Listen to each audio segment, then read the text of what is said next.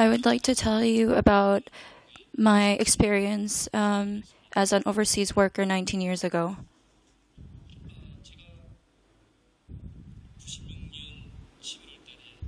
In on November 8th, 1996, I went to Kuwait as an overseas worker. I stayed at Chosan Gwangbo Construction Company, which was organized by Pyongyang Foreign Construction Complex. There were about 600 North Korean workers like me. At the time, there were two other North Korean companies like mine in Kuwait. One was a construction company established by the General Bureau of Capital Construction of North Korea with 700 North Korean dispatched workers. The other was a construction company established by the General Bureau of North Korea's Nungra Construction with 500 North Korean dispatched workers.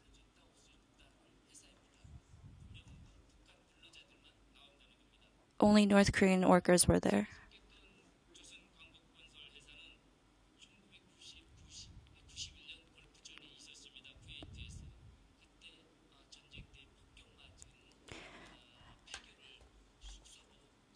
The workers of my construction company stayed in Kuwait stayed at a closed school building that was bombed in the Gulf War in 1991.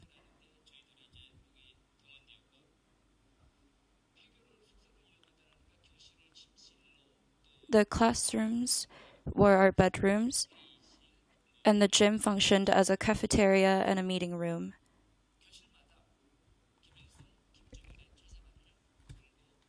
Kim Il-sung and Kim Jong-il's portraits were hung up high in every classroom. I started work on November 8th, 1996. I started work the very next day.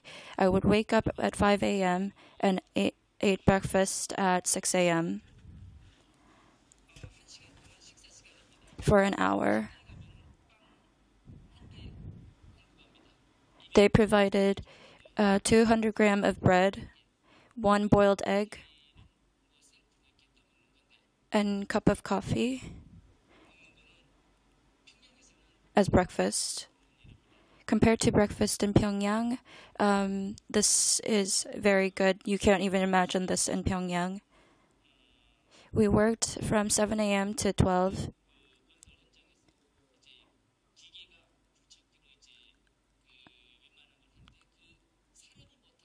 I worked in a housing construction site located in the middle of a huge empty desert.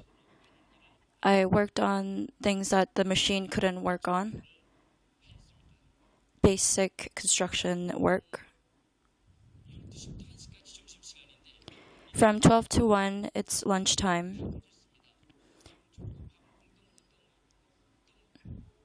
They provided lunch.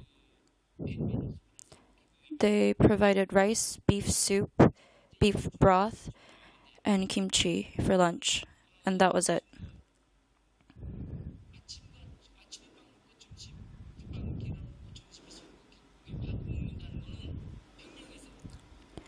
The breakfast and the lunch that they provided in Kuwait, you can't even imagine to eat in Pyongyang.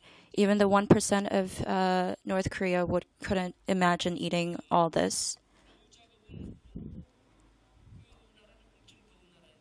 In the afternoon, it's a very hot place, Kuwait.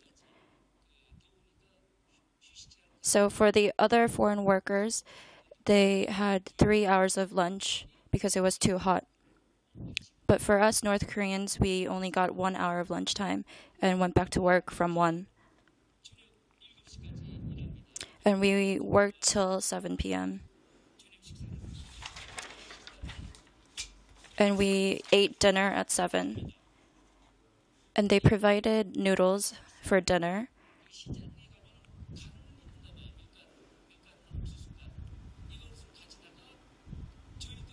Sometimes they didn't have noodles, so we had to go and get flour and make noodles ourselves.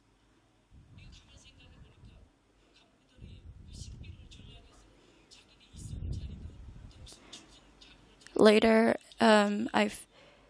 after thinking about it, I found out that the North Korean officials wanted to save money on the food and take the money themselves.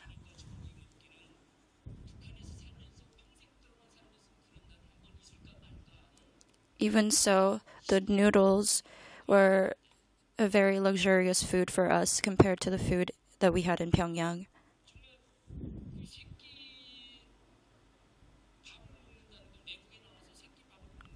The fact that we could eat for 3 times a day was unimaginable.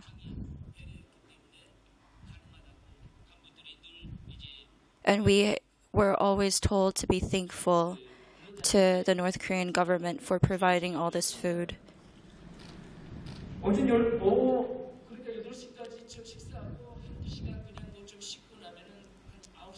After dinner, we would shower, and around 10, we would go to bed.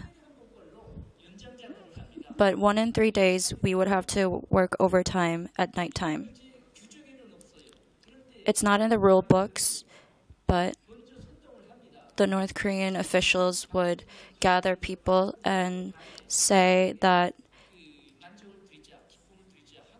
we should work and work more and finish this construction faster so we can provide joy and be a source of joy to our supreme leader, Kim Jong-il.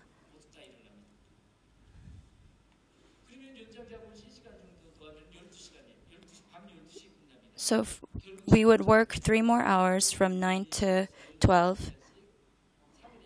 So we would work up to 14 to 15 hours a day, if not 12.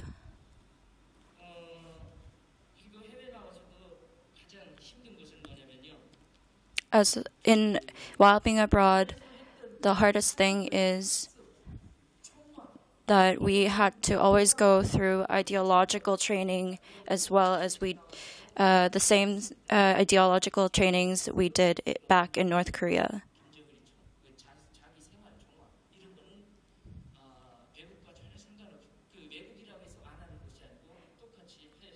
We had to go through the same things as we did in North Korea.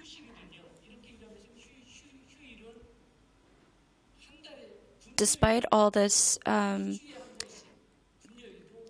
hard work, our only holidays were Fridays of the 2nd week and the 4th week of the month.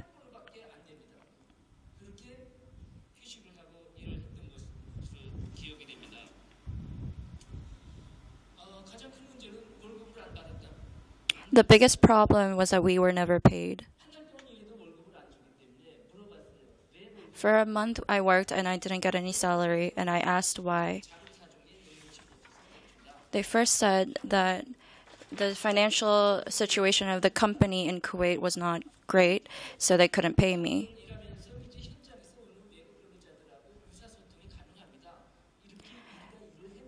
And after 2 or 3 months, I could actually I became to communicate with other foreign workers there. But they said they had received all the money. So it must be that the North Korean government is taking the money. For the 5 years I was there, the only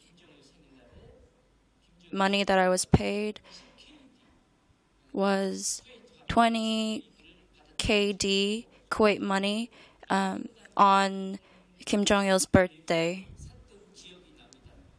and bought 4 pack of cigarettes with that money.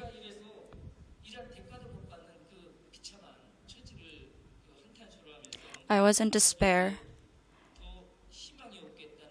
I realized that there's no hope for North Korea or in North Korea.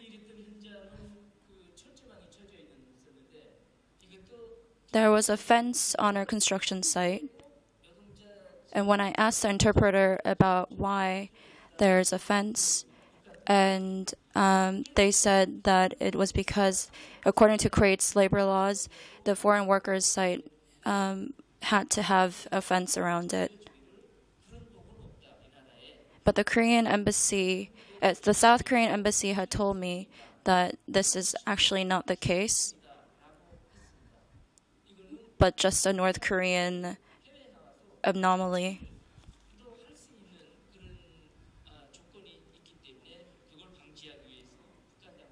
It was because North Korean workers were, there was a possibility that North Korean workers could actually flee from the work site.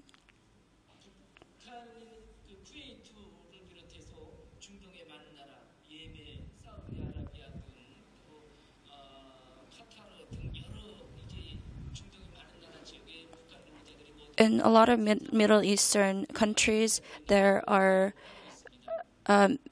thousands of North Korean overseas workers, and they're never paid, presumably.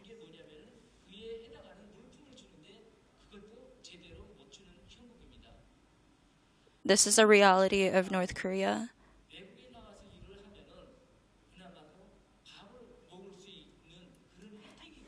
The only benefit was that we could actually eat outside overseas, but were never paid.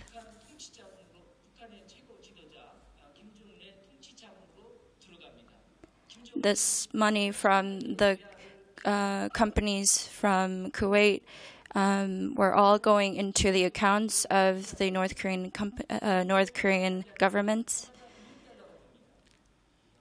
And this would amount to $200 million.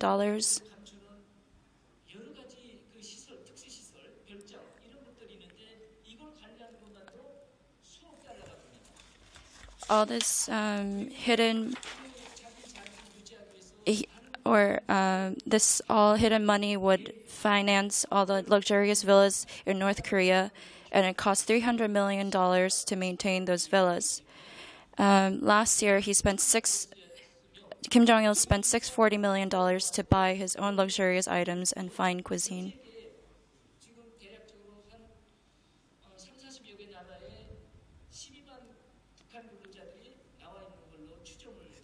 There are still 20,000 workers in Kuwait, where I used to work. The salaries of these workers are only used for the luxuries of Kim Jong-il.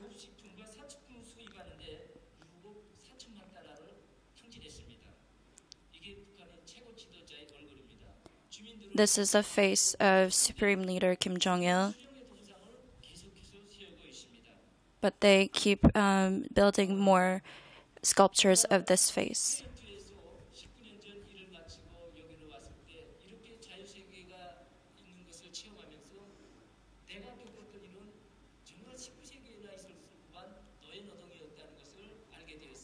After being in the free country of South Korea and USA, I realized that this forced labor could only happen in the 19th century of the old world.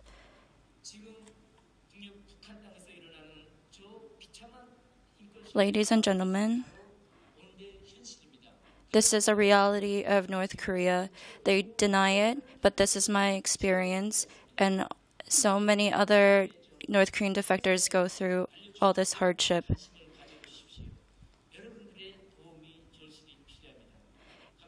Please pay attention to this plight of the overseas workers. Thank you so much.